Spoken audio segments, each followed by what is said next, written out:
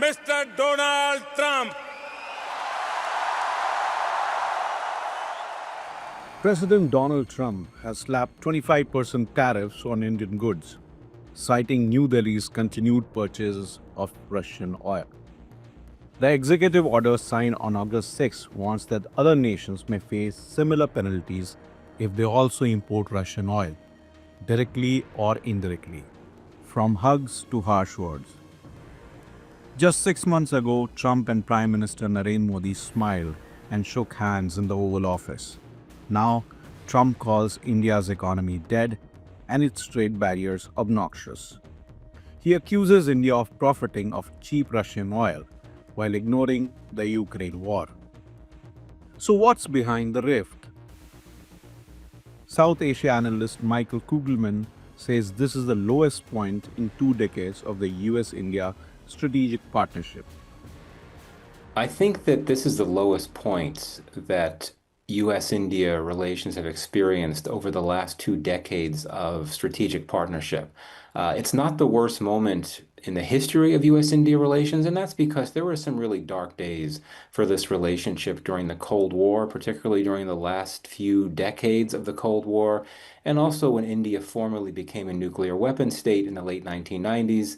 That prompted US sanctions that really plunged the relationship to a low. Trump's move appears less about economics, more about geopolitics. He wants a Ukraine ceasefire, and he is pressuring Moscow by targeting one of its key trade partners, that's India. Economic fallout for India. The US is India's top export destination with over $87 billion in shipments last year. Sectors like textiles, gems, footwear, and apparel could be hit hard. But Kugelman says India is better positioned today.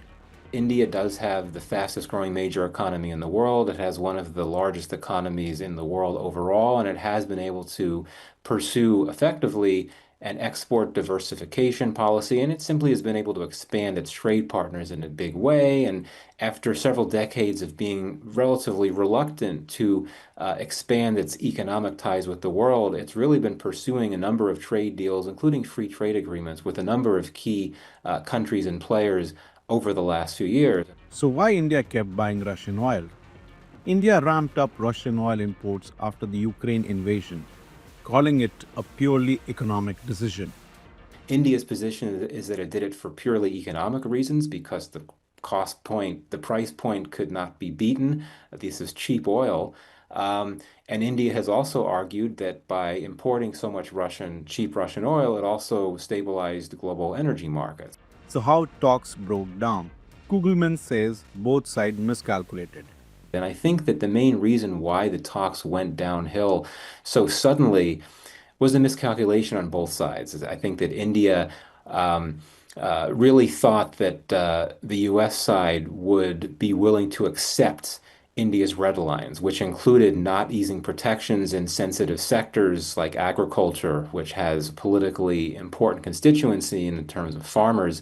Whereas on the US side, I think there was a miscalculation, believing that India would be willing to make every concession that the US was looking for it to make. And the US was looking for India to make many concessions. The result, talks collapsed and tariffs soared.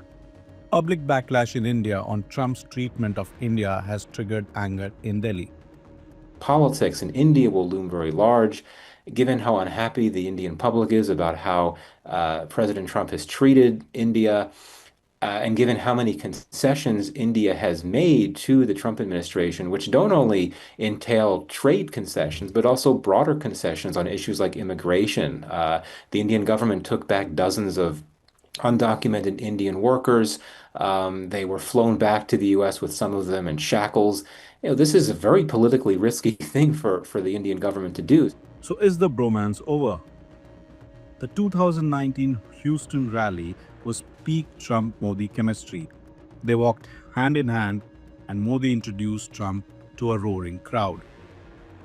But Kugelman says the bond was always overstated. There is something to this notion of a bromance between Trump and Modi. I mean, these are two men that share a number of views on policy issues. And I think that they certainly can both be categorized to an extent as populist, nationalist, political figures, but I don't think we should overstate the relationship between the two men. I mean, at the end of the day, they have very different personalities. Their backgrounds and family histories are extremely different. And so that suggests to me that it wouldn't take much for President Trump to be comfortable distancing himself from Modi. So, what's next? India may hold the line, Trumps may keep escalating, but if both sides return to the table, there's still a path to the deal.